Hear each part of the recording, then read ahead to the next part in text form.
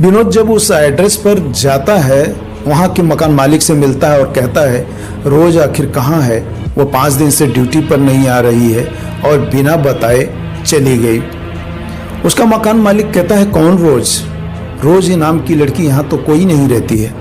विनोद को बड़ा आश्चर्य हुआ। विनोद कहा कि आप कैसी बातें कर रहे हैं, यहीं से मैं उसको रोज पिकअप करता था और ड्रॉप करता था और वो इसी बिल्डिंग में रहती थी।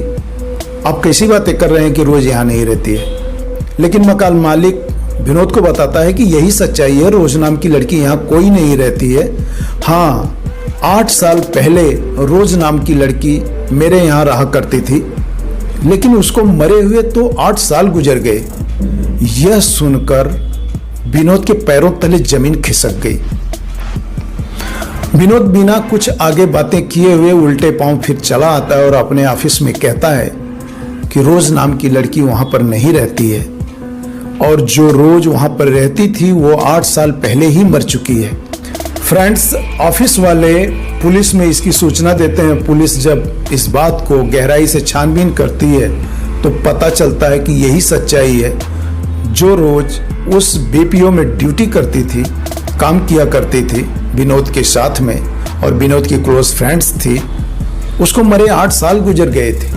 उस बीपीओ में काम करने वाली बिना थके बिना सोए वो रोज एक आत्मा थी। इस बात को जानकर उसके ऑफिस वाले दंग रह गए, उनके पसीने छूट गए और विनोद का तो बहुत बुरा हाल था।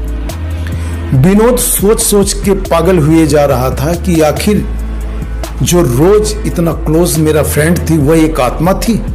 मैं उसके साथ रोज उठता बैठता था, उसको ड्रॉप करता था, उसे पिकअप करता था और ये सोचते सोचते विनोद को हार्ट अटैक होता है और विनोद की मृत्यु हो जाती है। फ्रेंड्स, गहराई से और ये जानकारी जुटाने के बाद ये पता चला कि सचमुच जो रोज उस बीपीओ में काम किया करती थी वह एक आत्मा थी और वह रोज 8 साल पहले ही मर चुकी थी और उस बीपीओ की बिल्डिंग एक कब्रिस्तान के ऊपर खड़ी थी। जब गुड़गांव का शहरीकरण हो रहा था बहुत तेजी से, तो वह बिल्डिंग उसी कब्रिस्तान के ऊपर खड़ी कर दी गई थी और उसके बाद रेंट पर दे दी गई थी।